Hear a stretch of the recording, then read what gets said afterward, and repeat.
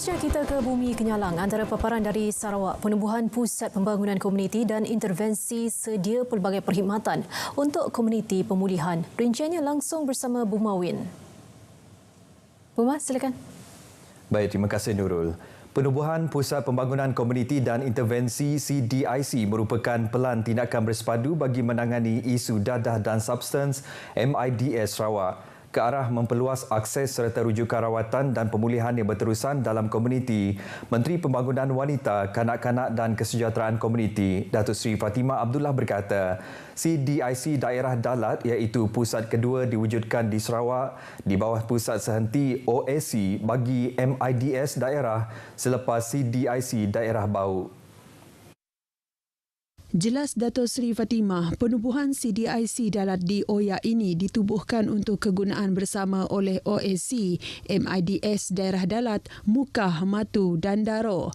Ujarnya menerusi penubuhan CDIC ini, ia sekaligus mewujudkan rangkaian perkhidmatan pengurangan permintaan dadah bersepadu dalam komuniti serta menyediakan pelbagai perkhidmatan berkaitan rawatan, pemeriksaan, penilaian, intervensi awal dan kaunseling untuk komuniti pemulihan.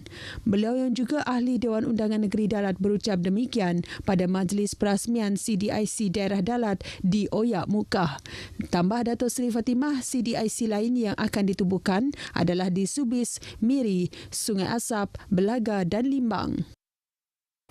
Malaysia harus mula memperkasakan sektor pengeluaran makanan bagi memastikan ekonomi terus berkembang. Penolong Naib Chancellor Kepimpinan dan Pembangunan Universiti Malaysia Sarawak UNIMAS, Profesor Datuk Muhammad Fazil Abdul Rahman berkata, ia perlu bagi mengurangkan kebergantungan terhadap makanan import.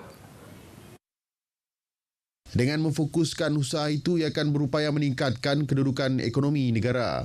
Terlalu banyak sektor yang perlu difikirkan dalam konteks ini untuk memastikan kedudukan ekonomi kita terjamin, tetapi lebih daripada itu adalah perkara-perkara yang melibatkan mengenai kedudukan negara itu sendiri sebagai sebuah negara yang lebih melahirkan modal insan dan juga lebih melahirkan peluang untuk kita menjadi negara pengeksport dan bukan hanya bergantung kepada negara yang bergantung kepada bahan-bahan import sahaja.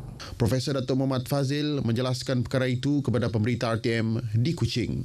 Menyambut baik peluncuran ekonomi madani yang dilancarkan oleh Perdana Menteri Datuk Seri Anwar Ibrahim di Kuala Lumpur pagi tadi, beliau percaya ia memiliki kekuatan dalam menghidupkan semula ekonomi yang terjejas akibat penularan pandemik COVID-19 sebelum ini. Dalam majlis peluncuran itu, Perdana Menteri menggariskan beberapa langkah baru dalam mengubah hala tuju ekonomi negara. Ia termasuk meneroka ekonomi baru, menyokong pembangunan pelabur di semua tahap dan agenda pendigitalan. Baik, operasi menterbalikkan kapal MV Tungsung yang karam di perairan Sebuyau pada 19 Julai ditangguh esok. Menurut Pengarah Maritim Negeri Agensi Penguatkuasaan Maritim Malaysia, Laksmana Pertama Maritim Zin Azman Mat Yunus, ia berikutan air laut yang surut mencapai paras serendah 4 meter yang menyukarkan operasi pengapungan. Oleh itu, faktor masa amat penting dalam menjayakan operasi sebegitu. Dihubungi pemberita RTM di Kuching, operasi menterbalikkan kapal itu akan disambung semula pada pukul 10 pagi esok yang mana air pasang besar setinggi 9 meter mungkin dicapai. Buat masa ini, tiada perancangan untuk menghentikan operasi mencari dan menyelamat SAR 4 lagi anak kapal yang masih hilang.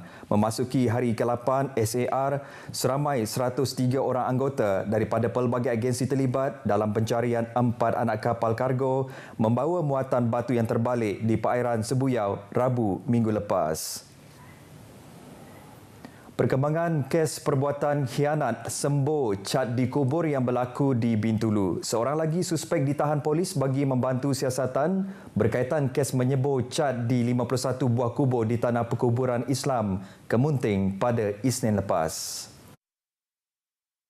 Menurut Ketua Polis Daerah Bintulu Superintenden Bartholomew Umpit, suspek warga tempatan berusia 40 tahun itu ditahan sekitar Bandar Bintulu kira-kira pukul 1 tengah hari semalam atas kerjasama orang awam. So setakat ni pihak polis tangkap 2 suspek yang disakit terlibat dengan kes kubur ni.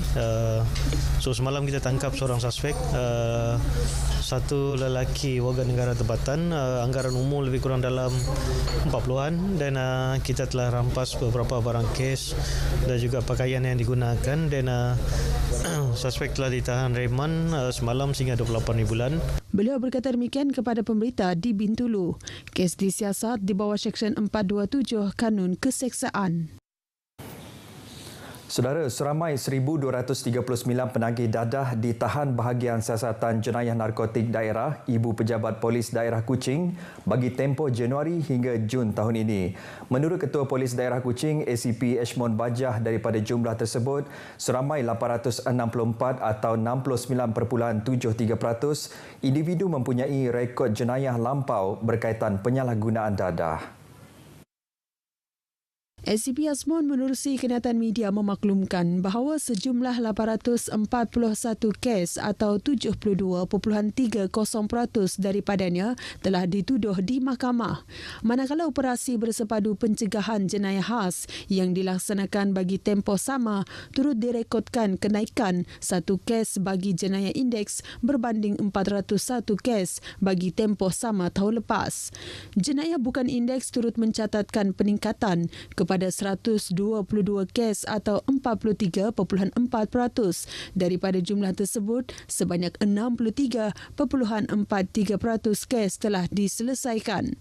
Sementara itu, sebanyak 336 kes siasatan dibuka bahagian siasatan jenayah komersial bagi tempoh sama, dengan 112 kes melibatkan 85 tangkapan telah diselesaikan. Bahagian siasatan dan penguatkuasaan trafik pula menyaksikan 34 pertuduhan telah dibuat ke atas individu bagi pelbagai jenis kesalahan trafik. ACP Ashmon menegaskan operasi pencegahan jenayah seumpama ini akan diteruskan bagi membanteras jenayah ke arah menjamin keselamatan masyarakat awam, khususnya di Bandaraya Kuching. Baik, perkongsian itu tadi mengakhiri berita dari Sarawak. Salam Malaysia Madani. Kita kembali bersama Nurul untuk berita seterusnya. Nurul, silakan. Bumawen, terima kasih atas perincian dari negeri Sarawak.